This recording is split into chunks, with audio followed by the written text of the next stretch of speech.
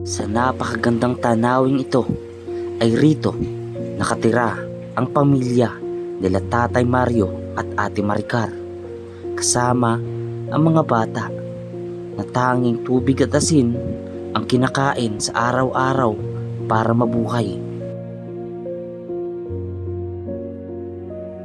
Ito ay base sa request ng ilang viewers na maghanap daw kami ng ibang lupa na mas maganda, pero hindi naging successful ang mga pag-uusap na yon at tanging nagkalituhan.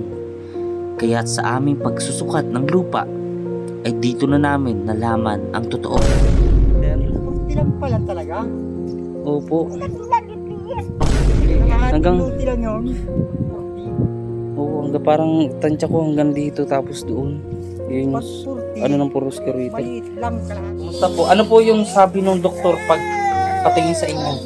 Ay, kuwan daw para daw kung nagmamaga ng may pusong ko. Unting paalala sa inyong dalawa. Pahalagahan natin yung mga dumarating na biyaya sa atin. Sana pahalagahan at wag sayangin. Kasi pag nasayang, nako, 'di ba? Wala, sa iba mapupunta. Kaya dapat po natin itong tutukan at alamin kung ano nga ba ang tunay na nangyari sa aming paghahanap ng lupa para kala Tatay Mario.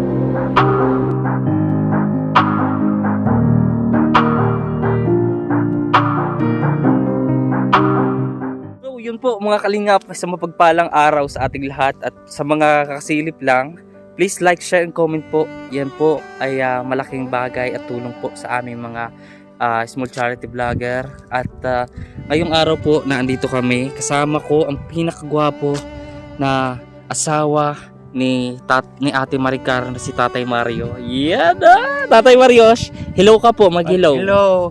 Ayan shout out po sa inyo po lahat. At kasalukuyan nga po kami, may pupuntahan kami nito ni Tatay Mario eh. Tatay Mario, ano nga po yung pupuntahan natin? Lupa. So marami po kasi nag-comment na try natin mag second option. Maghanap tayo ng mas maganda lupa. So yun po mga kalingap, ay mag second option kami. May pupunta kami Tatay para magtanong pa na malapit sa eskwelahan. Syempre pagkukunan ng tubig, magtatanong tayo doon kung tapos magandang lupain po. So ayun po mga kalingap, at maraming pong salamat sa inyong patuloy na pagsuporta at panonood sa Tatay Mario at Maricar, sa mga nagpapadala po ng kanilang mga donations, mapa GCash and through remittances. Mamaya sasabihin ko po ang mga nag-donate sa harapan po ng kanilang pamilya para naman po malaman ninyo yung mga taong tumutulong sa inyo, 'di ba Tay? Opo. 'Di ba po? Ayan. So para po malaman din nyo rin. So para siyempre para wala tayong tinatago, mas maganda po 'yun na puro ang ating pagtulong sa kapwa. Ayun. Gusto mo ba 'yun, Tatay? Gusto ko po. Talaga si Tatay. Ayun mga kalingap, at pupuntahan na po namin ni Tatay. Samahan niyo po kami sa araw na ito. God bless po sa inyo pong lahat mga kalingap. Ayun po mga kalingap, at meron kami natanungan. Nakakilala po mismo ni Tatay Mario. So kausapin po natin kung ito po ba ay deklarasyon o may titulo, at kung papayag po na malapit-lapit po ito sa dagat mas malapit. So ayun po, kausapin natin. Ayun. Hello po, ikaw po yun, Nay. Sinamahan po tayo ni Kuya Edgar. Salamat ko Edgar Balik, naghahanap po kasi kami ng kunting lupa lang na pwedeng pagtirikan ng bahay po nila Tatay Mario. Sila po yung recipient po namin na pabahay para sa kanila. Meron po ba kayo dito, Nanay? Meron doon sa may side doon. Side po na Doon sa kabila na doon. May palaisdaan yun, may pispan.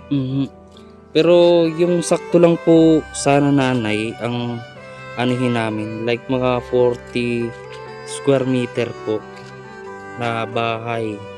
Bayan.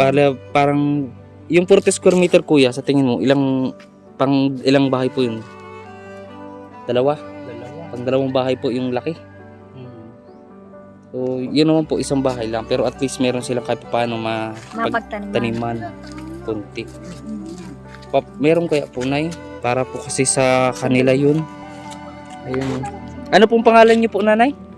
Ano po, Jenilita Diaz. Ma'am Janelita. Ayan. Shoutout po Jenilita natin. Diaz. So, back to topic po tayo. Pwede po kaya, Nay, kahit 40 Pwede square meter? matingnan kung Pwede natin matingnan kung ngayon. ano nila, kung gusto nila.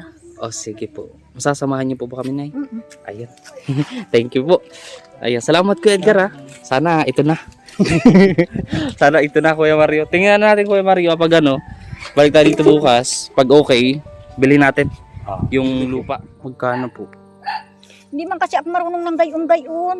Ikaw po, tatay. basta-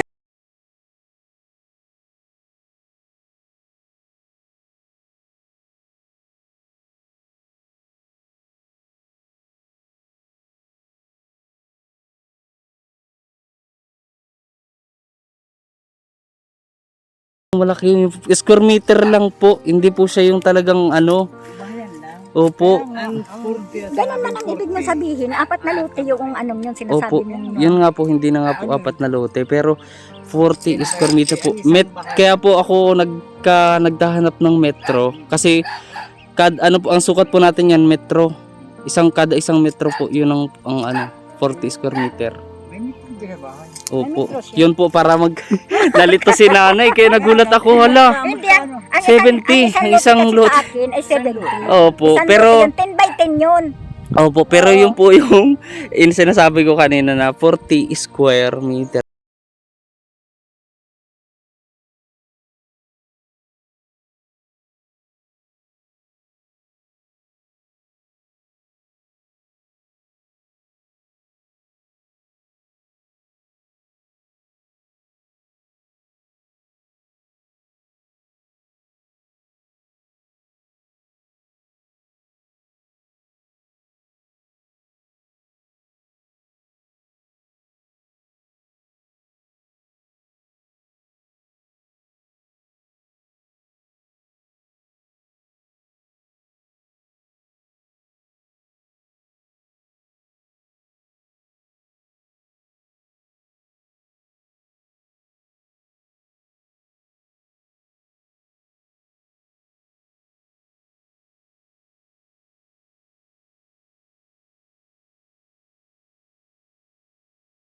Walo. 8 lote yun. Mm. So ganun po. Mas mabuti po talaga maisukat na natin.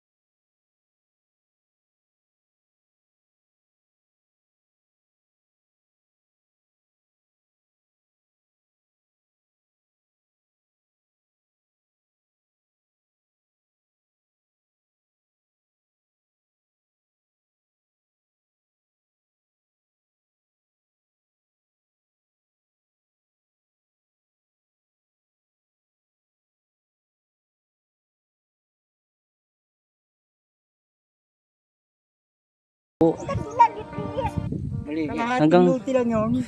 40. Oo, parang tansya ko hanggang dito tapos doon. Ngunit hindi nagkaintindihan dahil ang gusto nila ay buong lote ang bilihin. Kaya't minabuti namin Yun po mga kalingap at mukhang hindi ko po na gustuhan yung lugar kasi pababa siya. Nagdalawang isip po kami ni Tatay Mario. So ngayon, nakausap ko po yung dati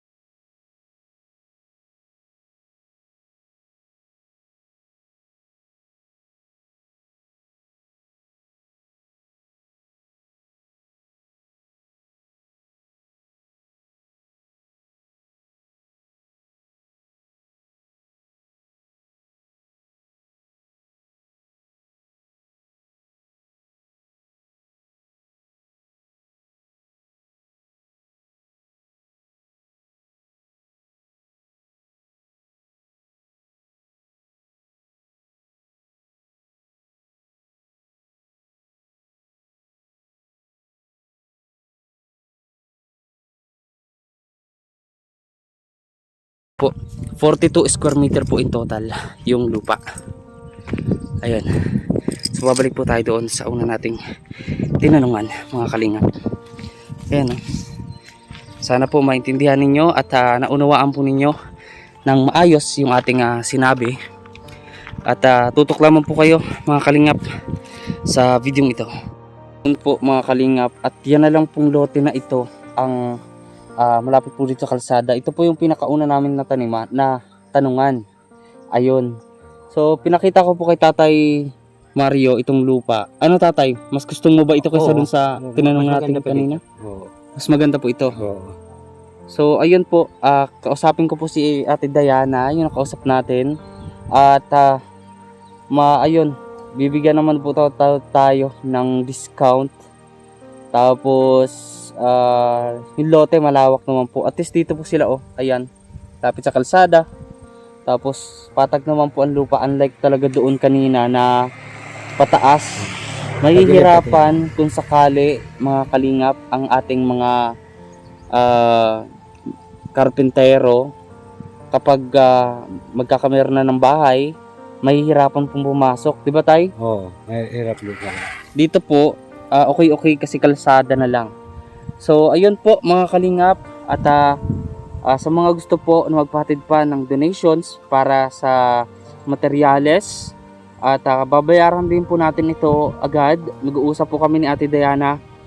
At ayun, maraming pong salamat sa inyo pong lahat na patuloy pong pagtitiwala, pagsuporta, at siyempre panonood ng ating mga vlog araw-araw. Kasama po si Tatay Mario. Ayun, unti-unti na po natin sila na nabibigyan ng magandang buhay, maayos na buhay. Hindi katulad po dati na talagang halos walang-wala po. Wala silang kapitbahay, malayo sa kabiasnan. As in wala, pag may sakit, emergency, hindi sila makakapunta agad-agad sa bayan. So ito po, mga kalingap, ayan, malapit na po sa kalsada at patag po ang lupa. Ayan. So ayan, drop comment po kapag agree kayo na dito na lang kaysa doon sa pinuntahan namin. Ano po? Again, maraming po salamat sa inyo pong lahat, mga kalingap. Thank you po. God bless. At punta na tayo doon kala Ate Maricar sa tinutuluyan nila. Ayun po, mga kalingap, at kararating lang po namin ni Kuya Mario ngayon. Naghanap kami ng lupa. Bale, yung natatandaan po ninyo nung una kaming naghanap ng lupa kasama si Kuya Richard. Marami po ang nagtatanong, medyo mahal. Ganun naman po. Ngayon naman, itong natanungan namin, okay sana, kaso ang pangit po ng lupa, pababa. Saka sabi ko, mahihirapan ang mga karpentero kung sakali na mabili. So, pinakita ko po kay Kuya Mario yung lupa na una naming natanungan. Maganda po, Kuya, ano? Malapit lang din po yun sa kalsada. Yung pinakauna po. Tapos, oo. Biti boy. Cavite Boy po ang tawag. Tapos patag na po siya, hindi katulad nung itong pangalawa na ano. Hindi po kami nagkaintindihan, malabo malabo yung pangalawang natanungan namin. Ay, So, hindi sa- ako po, para gumayon. Opo, bale, Iba yun. Iba yun? opo, iba po. Kwan yun. Sa pinsan ni Emily. Mhm. Yung Emily? Oo. Ay, kuyan. Duman yung sa kopa. Oo, May kay Gilbert na. Diyan, yan. May Yan, sama, may yan. bilang. Yan, may sa diri. So ito po, Tatay, bale, napag-desisyonan po namin dahil nag-desisyon natin po si Kuya Mario, yun lang ang bibili natin. Plus, kakusapin ko naman po si Ate Diana, yung natanungan ko, na di-discountan po, tapos payag siya, dadagdagan din yung square meter. So magta-total po yung na 42 square meter. Tatay, sa tingin niyo po, para sa iyo, ang 42 square meter, malaki po, maliit? Malaki yun. Malaki. Yun ang maganda. Malaki yun. Meters na tinatawag. Ano pong masasabi niyo sa mga magsasabi na maliit po? Ay, maging maliit ba gayon? Kuyan na yung meter na ng kinuhan, tinatawag na meter, yun, mahaba yun. Opo. Metro yun. Parang, kuhan yun, lawak. Sa tingin po ninyo, pag nagawa po ang bahay na yun, kasya po kayong dalawa ni tatay, ni nanay. Ay, kasi malaking maigi yun. Nagaya ka pa mga bata, oh. Ano? Kasi Ayan, no? talaga yun. Kasya po. Malaki yun. Malaki yun. Malaki pa dito yun ay. Opo. So, ito po mga kalingap, final na po yun mga kalingap, at syempre, kung pagbabasihan yung natanungan namin ngayon, hindi talaga siya akma, lalo at ang tawag dito, pababa yung lugar, hindi patag. Unlike po dun, sa una naming natanungan, napatag siya. Maganda kuya, no? Dito na mapantay doon. Pagka doon, ay hindi kaya doon ng mga 5 araw ang magpantay. Opo. At ganito araw yan. So, ito tatay. Tatanungin kita tay, yung tungkol, kumusta po yung check-up niyo tay? Ay, ito dito. Kumusta po? Ano po yung sabi ng doktor pag patingin sa inyo? Ay, kuhan daw, para daw kung nagmamaga na ang may pusong ko. Nagmamagana po. Tapos po, Kuhan daw, pag madaling araw daw, ay kukuhan daw kung maglangoy-langoy sa tubig, sa dagat. yun po ang Sabi sa akin. payo sa inyo nito. Mm-mm. Pero magagamot daw po yan. Gamot ito. So, ito po yung mga gamot o mga kalingap. Tapos, may binili ka na din po mga gamot, kompleto po. May gamot na ako. Bakit po nagkalahati lang na gamot? Kulang po ba Kalahati. yung nabigay ko? Na ano? Ay, kulang na kulang. Mhm. Mahal na maigi ang Patingin daw po. na ito. Ano po? Kailangan daw po ma-ultrasound. Ma-ultrasound. Yun talaga po, ano? Kasi po may nana na daw po yung ano niya. Nako, may nana na daw po. Kaya, kailangan po ma-ultrasound si tatay. Eh, ang mahal-mahal po ng ultrasound. Mahal talaga ang may buti. Ano po? Nako. Kaya So, ito sabi po- ko, kung magdadala na lang sa bulong, sa gamot, pwede na, maaari na. Kung Pag- magdadala ko lang sa gamot, magdadala sa gamot, na ito, ang mga gamot. So, ito po mga kalingap at may ibibigay tayo para kay nanay at tatay. Ito po ay pinapabigay po ni Ma'am Sel. Ayun Ma'am Sel, maraming pong salamat. Pinabibigay po niya ito mga kalingap at through GCash. Ayan. So magbibigay ako dito ng 1,000 pesos. Tatay, ito pong 1,000 pesos pinabibigay po ni Ma'am Sel. Ma'am Sel po ang Salamat pangalan lang. niya. Ayun. Ano pong gusto niyo sabihin kay Ma'am Sel? Maraming salamat lang po. Yeah, so, ito naman, Ate Maricar. So, Mario, may gusto kong sabihin sa inyo. Bale, yun talaga. Magilo na, nagang pangyakap. Ayun, basta may gusto kong sabihin sa inyo, Kuya Mario. Ngayon na, natingnan natin, ang second option naman tayo, di ba? So, yun na talaga yung panguna. Ngayon kasi, ay, ano bang tawag doon? Magbibigay ako dito ng 2,000 para yun sa utang ninyo. Ha? Yaan, bale, ito sasabihin ko sa harapan ninyo. Yung nag-donate kahapon at ngayon. Yun ay si Ma'am Teresa doon sa lupa. Si Ma'am Teresa, nag-donate siya ng 30,000 pesos sa lupa. And then kapag kulang nga, ay ako na ang ma-add, dadagdagan ko sa sarili kong sahod. Tapos, nagpadala rin si Ma'am Miriam nga ng 10,000 pesos. Yung 2,000 is para doon sa utang ninyo sa uling. Kasi hindi po nagsasabi si Tatay Mario. Kaya po pala nagpapaalam siya doon sa pag-uuling para mabayaran yung lupa. So hindi naman po naghihingi sa akin si Kuya Mario. Hindi sila tama naman, 'di ba? Proud na proud ka kay Tatay Mario? Proud? Yeah. Narinig mo yung tatay. Iyak na naman si Tatay Mario no? Napakabait talaga, no? Dahil ka Grabe. So, ayun, mga kalingap. Tapos, ayun, in total po, ang ating donations, mga kalingap, is nasa, 48,000. Nasa 48,000, So, yun po yung ating gagamitin. Tapos, yung binigay nga natin dito kay tatay, at yung ibibili na natin ng lupa, ayun, mababawasan po. At siyempre sa mga pangailangan pa nila. So, ngayon tatay, para hindi ka na so, sana last na utang na yun doon, ha? Tama na. So ito, kunting paalala lang, kunting paalala sa inyong dalawa.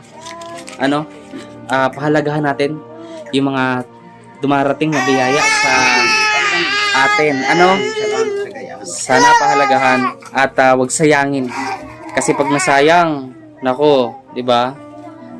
Wala, ay sa iba mapupunta. No, na dapat ay para sa inyo, para sa mga bata. Kaya sana kung ano yung meron tayo, salamat tayo, and then pahalagahan natin 'yon. Pakita natin sa mga tao na nanghuhusga sa atin o na mali sila. Ano? Kasi ganun talaga eh, 'di ba? Yung mga bagay na hindi po natin agad-agad makukuha. Ano, kapag yun lalo, himiling tayo kay Lord na bigyan tayo ng pera. Ibibigay niya sa atin kalakasan para magtrabaho. 'Di ba? Pag hiniling natin sa kanya na bigyan tayo ng kapayapaan, bibigyan niya naman tayo ng hamon sa buhay. So ganoon lang po. Mag-ano lang tayo kasi yung buhay may purpose yan lahat. So ito po, tatay, 2,000 pesos para po doon sa utang. Ano? So, ate, anong gusto mo sabihin? Ano ulit? Salamat. Marami sa dagat. Paulit ate, paulit. Salamat po. Iyan paano ha? Tatay, Ate Maricar, kiss naman dyan. Nakapunod sila tatay. Dali, kiss naman kayo. Ayan. So ayun po mga kalingap, maraming salamat po at abangan po ninyo